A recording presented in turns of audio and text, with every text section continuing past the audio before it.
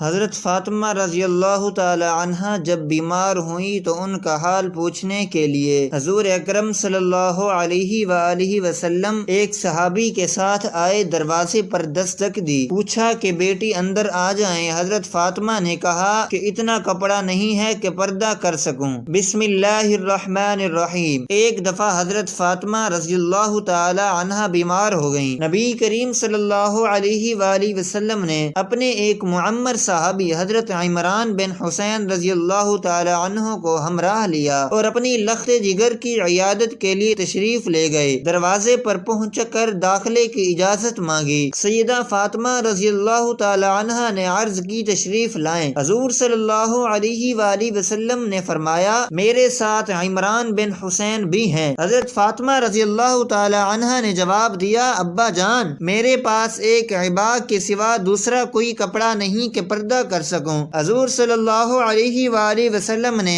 اپنی چادر اندر پھینک کر فرمایا بیٹی اس سے پردہ کر لو۔ اس کے بعد حضور صلی اللہ علیہ وآلہ وسلم اور حضرت عمران رضی اللہ تعالی عنہ اندر تشریف لے گئے اور سیدہ سے ان کا حال پوچھا۔ فاطمہ الزہرا نے عرض کیا ابا جان شدت درد سے بے چین ہوں اور بھوک نے نڈھال کر رکھا ہے کیونکہ گھر میں کھانے کو کچھ نہیں۔ حضور صلی اللہ علیہ وآلہ وسلم نے فرمایا اے میری بیٹی صبر کر، میں بھی آج 3 دن سے بھوکا ہوں۔ اللہ تعالی سے جو کچھ مانگتا وہ ضرور مجھے عطا کرتا، لیکن میں نے دنیا پر آخرت کو ترجیح دی۔ پھر آپ صلی اللہ علیہ وآلہ وسلم نے اپنا دست شفقت حضرت فاطمہ رضی اللہ تعالی عنہ کی پشت پر پھیرا اور فرمایا اے لخت جگر دنیا کے مصائب سے دل شکستہ نہ ہو، تم جنت کی عورتوں کی سردار ہو۔ فاطمہ الزہرا اس فقر و غنا کے ساتھ کمال درجہ کی عابدہ تھیں۔ حضرت حسن رضی اللہ تعالی عنہ سے روایت ہے کہ میں نے اپنی ماں کو شام سے صبح تک عبادت کرتے اور اللہ کے حضور گریہ و زاری کرتے دیکھا، لیکن انہوں نے اپنی دعاؤں میں اپنے لیے بھی کوئی درخواست نہ کی۔ ایک دفعہ سیدہ علیل تھیں لیکن علالت میں بھی رات بھر عبادت میں مصروف رہیں۔ جب حضرت علی رضی اللہ تعالی عنہ صبح کی نماز کے لیے مسجد گئے تو وہ نماز کے لیے کھڑی ہو گئیں۔ نماز سے فارغ ہو کر چکی پیسنے لگی۔ حضرت علی رضی اللہ تعالی عنہ نے واپس آ کر انہیں چکی پیستے دیکھا تو فرمایا اے رسول خدا کی بیٹی اتنی مشقت نہ اٹھایا کرو، تھوڑی دیر آرام کر لیا کرو، کہیں زیادہ بیمار نہ ہو جاؤ۔ فرمانے لگی خدا کی عبادت اور آپ کی اطاعت مرض کا بہترین علاج ہے، اگر ان میں سے کوئی موت کا باعث بن جائے تو اس سے بڑھ کر میری خوش نصیبی کیا ہوگی۔ ایک مرتبہ حضور صلی اللہ علیہ وآلہ وسلم نے سیدہ سے پوچھا جان پدر مسلمان عورت کے اوصاف کیا ہیں؟ انہوں نے عرض کیا ابا جان عورت کو چاہیے کہ اللہ اور رسول کی اطاعت کرے، اولاد پر شفقت کرے، اپنی نگاہ نیچی رکھے، اپنی زینت کو چھپائے، نہ خود غیر کو دیکھے نہ غیر اس کو دیکھ پائے۔ حضور صلی اللہ علیہ وآلہ وسلم یہ جواب سن کر بہت خوش ہوئے۔ نبی کریم صلی اللہ علیہ وآلہ وسلم حضرت فاطمہ رضی اللہ تعالی عنہ سے بے پناہ محبت فرماتے تھے۔ صحیح بخاری میں روایت ہے کہ ایک دفعہ حضرت علی رضی اللہ تعالی عنہ نے غورہ بنت ابی جہل سے نکاح کا ارادہ کیا۔ سید النساء سخت آرزدہ ہوئیں۔ جب رسول کریم صلی اللہ علیہ وآلہ وسلم ان کے پاس آئے تو سیدہ نے عرض کیا یا رسول اللہ صلی اللہ علیہ وآلہ وسلم علی مجھ پر سوت یعنی سوکن لانا چاہتے ہیں۔ حضور صلی اللہ علیہ وآلہ وسلم کے دل پر سخت چوٹ لگی۔ ادھر غورہ کے سرپرست بھی حضور صلی اللہ علیہ وآلہ وسلم سے اس نکاح کی اجازت لینے آئے۔ نبی کریم صلی اللہ علیہ وآلہ وسلم مسجد میں تشریف لائے اور منبر پر چڑھ کر فرمایا آل ہشام علی سے اپنی لڑکی کا عقد کرنے کے لیے مجھ سے اجازت چاہتے ہیں، لیکن میں اجازت نہ دوں گا، البتہ علی میری لڑکی کو طلاق دے کر دوسری لڑکی سے شادی کر سکتے ہیں۔ فاطمہ میرے جسم کا ٹکڑا ہے، جس نے اس کو اذیت دی اس نے مجھے اذیت دی، جس نے اس کو دکھ پہنچایا اس نے مجھے دکھ پہنچایا۔ میں حرام کو حلال اور حلال کو حرام نہیں کرنا چاہتا، لیکن اللہ کی قسم اللہ کے رسول کی بیٹی اور دشمن خدا کی بیٹی دونوں ایک جگہ جمع نہیں ہو سکتی۔ اس کا یہ اثر ہوا کہ حضرت علی رضی اللہ تعالی عنہ نے ارادہ نکاح فوراً ترک کر دیا اور سیدہ فاطمہ رضی اللہ تعالی عنہ کی زندگی تک پھر دوسرے نکاح کا خیال تک دل میں نہ لائے۔ حضور صلی اللہ علیہ وآلہ وسلم کو جیسی محبت اپنی بیٹی سے تھی ویسے ہی اپنی داماد اور نواسیوں سے بھی بے حد پیار تھا۔ ان سے فرمایا کرتے تھے جن لوگوں سے تم ناراض ہوں گے میں بھی ان سے ناخوش ہوں گا، جن سے تمہاری لڑائی ہے ان سے میری بھی لڑائی ہے،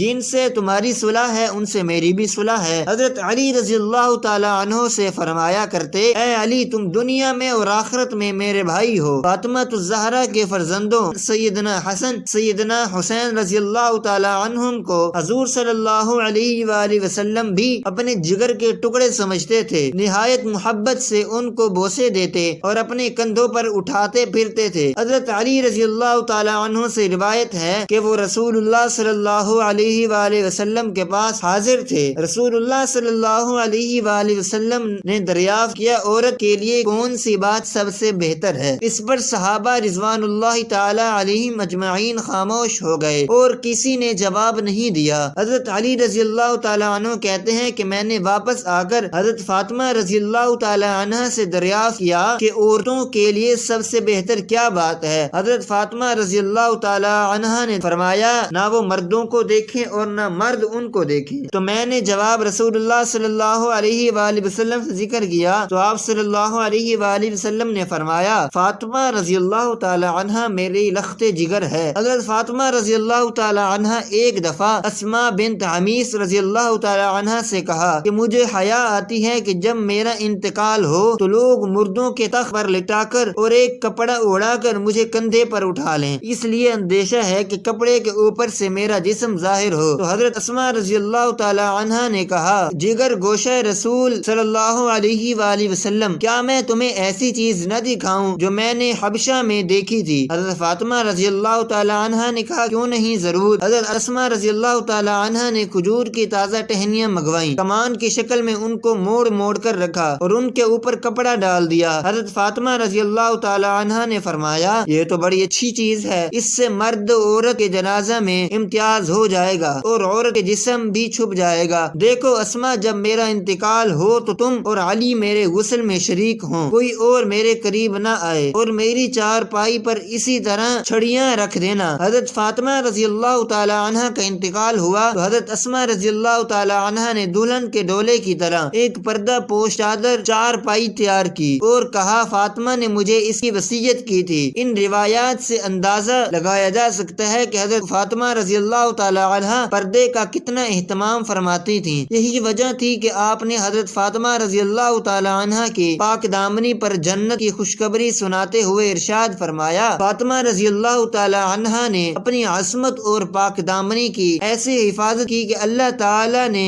اس کی پاک دامنی کی وجہ سے اسے اور اس کی اولاد کو جنت میں داخل فرمایا۔ اور ایک روایت میں ہے کہ بے شک فاطمہ رضی اللہ تعالی عنہ نے اپنی عصمت اور پاک دامنی کی حفاظت کی ہے تو اللہ تعالی نے اس کی اولاد پر جہنم کی آگ حرام کر دی ہے۔ حضرت ام سلمہ رضی اللہ تعالی عنہ فرماتی ہیں، جب قرآن کریم کی یہ آیت نازل ہوئی تو انصار کی خواتین اپنے گھروں سے اس طرح نکلی کہ گویا ان کے سر اس طرح بے حرکت تھے جیسے ان کے سروں پر پرندے بیٹھے ہوں، اور ان کے اوپر کالا کپڑا تھا جس کو وہ پہنی ہوئی تھی۔ حضرت عائشہ رضی اللہ تعالی عنہ سے روایت ہے، فرماتی ہیں، ہم رسول اللہ صلی اللہ علیہ وآلہ وسلم کے ساتھ سفر حج میں حالت احرام میں تھے، جب ہمارے پاس کوئی سوار گزرتا تو ہم اپنی چادروں کو اپنے سروں سے لٹکا کر چہرے کے سامنے کر لیتی اور جب لوگ گزر جاتے تو ہم چہرے کھول لیتی۔ حضرت قیس بن شماس سے روایت ہے کہ رسول اللہ صلی اللہ علیہ وآلہ وسلم کی خدمت میں ایک عورت حاضر ہوئی، اس کا نام ام خلا تھا اور اس کے چہرے پر نقاب پڑا ہوا تھا۔ یہ عورت اپنے بیٹے کے بارے میں دریافت کر رہی تھی جو جنگ میں شہید ہو گیا تھا۔ اصحاب رسول میں سے کسی نے